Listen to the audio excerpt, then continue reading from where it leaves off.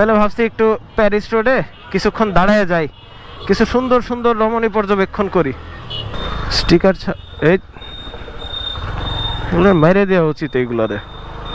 Tokyo drift না এটা, এই যে মাঝখানে দাঁড়ায় পড়ছে। ড্রিফট না এটা, Tukai drift. Good morning Platina. সকালবেলায় আজকে হচ্ছে শনিবার, আচ্ছা বলে রাখা ভালো। সকালবেলায় বাবা গেছে বাজারে আমারটা নিয়ে, নেগান নিয়ে। Cold start.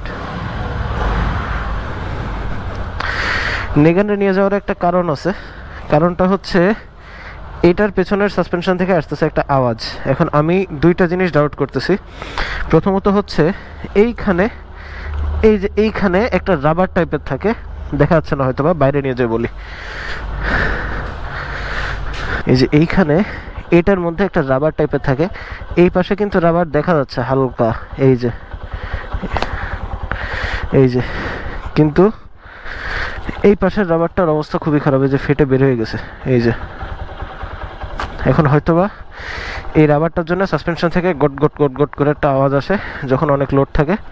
আর একটা বিষয় হচ্ছে এটা কিন্তু এখন রিজার্ভে লাগানো, যখন এটা অনে দেওয়া হচ্ছে না, কিছুক্ষণ পরে যায় বাইক ফিউল পাচ্ছে না, মানে বাইক হচ্ছে ধাক্কা মারতেছে, পিক আপে একটু মিসিং মারছে, সম্ভবত তেলের লাইনে একটু ময়লা আছে। হ্যাঁ, এটা চেক করে দিতে হবে।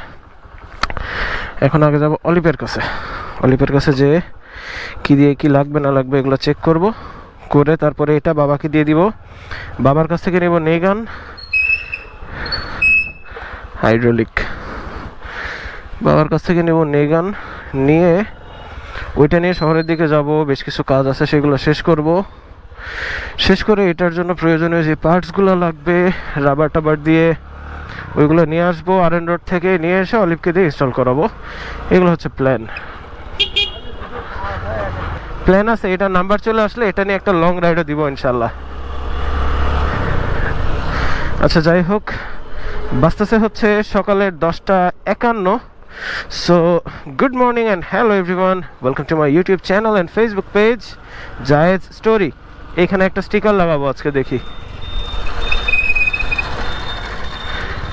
স্টিকার এগুলো মেরে দেওয়া উচিত। এইগুলোরে মরে গেলে এদের মালিকরা আসবে জরিমানা চাইতে।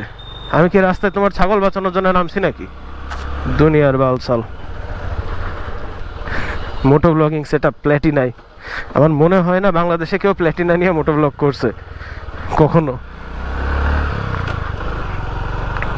হ্যাঁ, মাঝে মধ্যে পকেটে টাকা পয়সার একটু ঘাটতি থাকলে ভাড়াও মারতে পারবো, এই বিষয়টা ভালো। ফ্রাইডে একটা রাইডে যাওয়ার কথা ছিল, মানে গতকাল কিছু কারণে প্ল্যানিং হয়ে ওঠে নাই, সেই রাইড গেছে ক্যান্সেল হয়ে। রহিম ভাইটাই সবাই নিয়ে প্ল্যান করছিলাম। আমরা মাঝে মধ্যে ফ্রাইডে রাইডে যাই ইদানিং আর কি। আস্তে আস্তে ভাবছি এই কালচারটাকে আরও বেটার করব, কারণ ইন্ডিয়ায় দেখবেন রাইডাররা সবাই সানডে রাইডে যায়। তা আমাদের যেহেতু holiday Friday, time Faim manage হলে সবাই কিন্তু ফ্রাইডে রাইডে যাওয়াই যায়। কইছে অলিভ আছে মামা?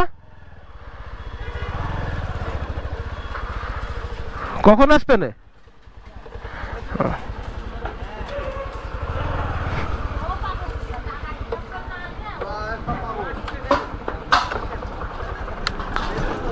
অলিভ গেছে সামনের দিকে।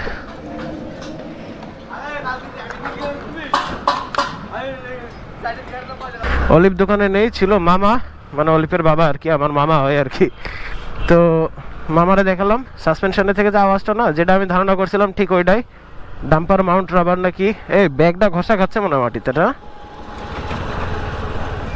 এই জায়গার ভিউটা তো জোস, ছবি তোলা লাগবে বাইক রেখে একটা।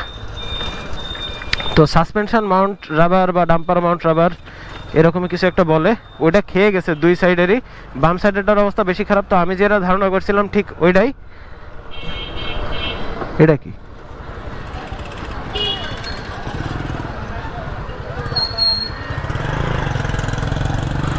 বাবা আছে বাবলাতলা বাজারে, এখন বাবার কাছে এটা ধরাই দিব, দিয়ে আমারটা নিয়ে এদিক দিয়ে শহরের দিকে বেরোয় যাবো একবারে।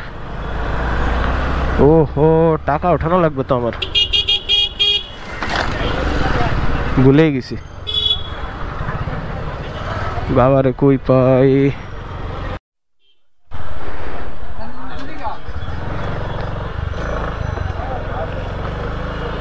পাইছি, সামনেই ছিল, ক্রস করে চলে আসছি, খুঁজে পাই নাই।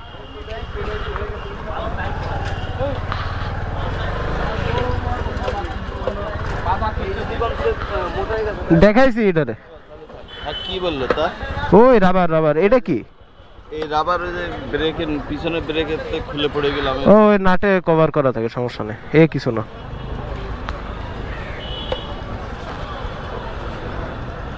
চল এটা নাও, আমি ওটা নিয়ে চলে যাই। এখানে রাখলাম। হ্যাঁ এখানে এখানে চলে যাই।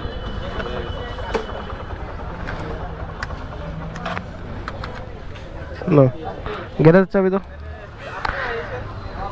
ওই যে রাবার লাগবে ওদের কাছে আছে। ব্যাকলাইট দেখাইছিল? ব্যাকলাইট টাইট সব ওরা দেখে দেবে না। আর হচ্ছে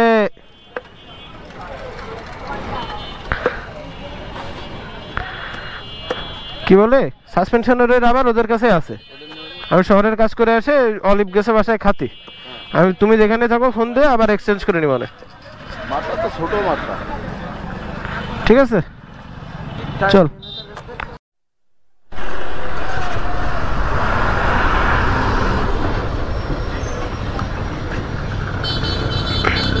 ফিউল মাঝে মধ্যে দেখাচ্ছে নেই, মাঝে মধ্যে আবার 3টা শো করতেছে, কাহিনী কি? আরে অনেক আছে।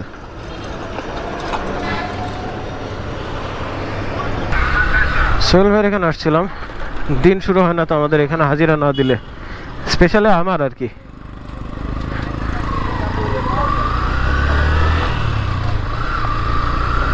যাব হচ্ছে সামনে এই অফরোডিং ট্রেল ধরে বাবার আড্ডাখানায়। বাবার আড্ডাখানায় যে বাবার থেকে নেব প্ল্যাটিনা, নিয়ে ধরাই দিব তারে আমারটা, এরপর প্ল্যাটিনার করাবো সার্ভিস। That's the plan.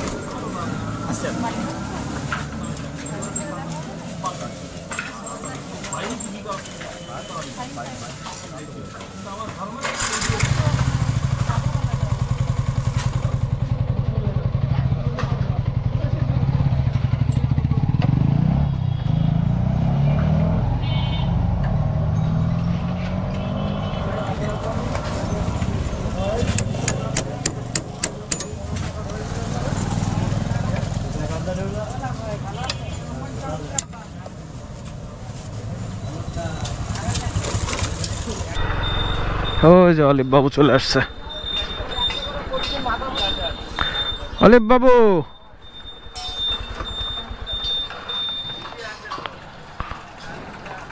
তো সাসপেনশনের ইস্যুটা তো সলভ হয়েছেই আলহামদুলিল্লাহ।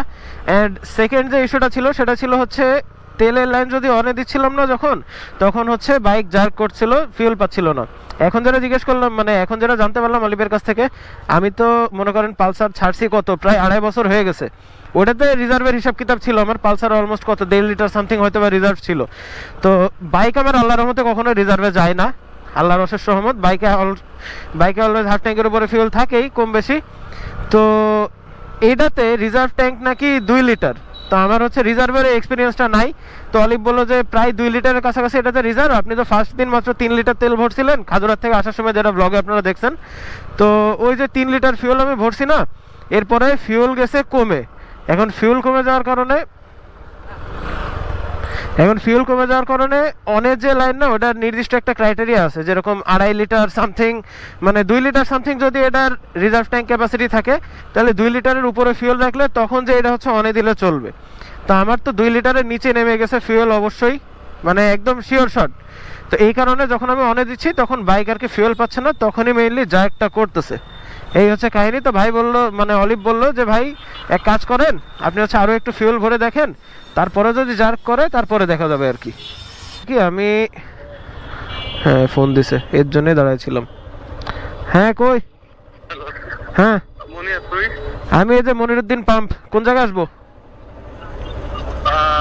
তাইলে আমি হচ্ছে এই গোল চত্বরটার এখানে দাঁড়াচ্ছি। আচ্ছা আচ্ছা। ওকে। কাজ কাম যেহেতু নাই, স্টেশনের দিকে যাওয়া লাগবে না বাবা বললো ফোন দিয়ে, তাহলে ভাবছি একটু প্যারিস রোডে কিছুক্ষণ দাঁড়ায় যাই, কিছু সুন্দর সুন্দর রমণী পর্যবেক্ষণ করি।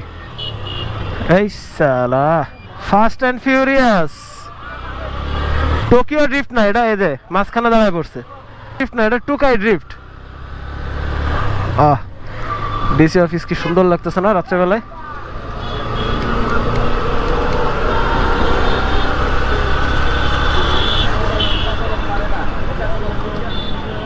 যেইখানে মন চায় ওইখানে দাঁড়ায় পড়ে শালারা, যেই জায়গায় মন চায়।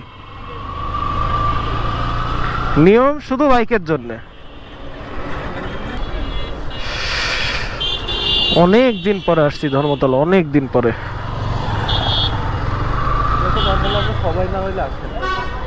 সবাই থাকলেও আসা হয় না এখানে আর এখন। বেকার টাইম পাস করতে করতে প্যারিস রোড থেকে আসছি ধর্মতলায়, ধর্মতলায় এসেও চাটা খাই নাই, এখন হুদাই শুকনো মুখে চলে যাচ্ছি। কেন যে আসছিলাম আর কেন যাচ্ছি তাও জানি না।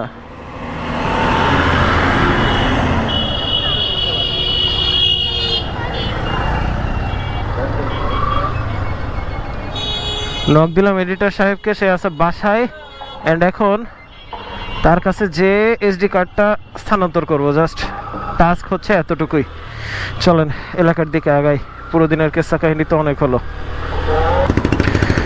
অনেক ঘুরপেচ দিয়ে চলে আসছি এলাকায়, সোহেল ভাইয়ের দোকানের সামনে দিয়ে যাব এখন এডিটর সাহেবের বাসায়। তো আজকের ভিডিওটা যদি এ পর্যন্ত দেখে থাকেন তাহলে অবশ্যই করে দিবেন লাইক, চ্যানেল আর পেজে নতুন হয়ে থাকলে করে দিবেন সাবস্ক্রাইব আর ফলো, আর হয়ে যাবেন আমাদের ফ্যামিলি মেম্বার। আজকের ভিডিও থাকছে তাহলে এই পর্যন্তই, দেখা হচ্ছে আগামী কোনো ভিডিওতে। Till then stay subscribed and keep watching, you know the name, Zayed story.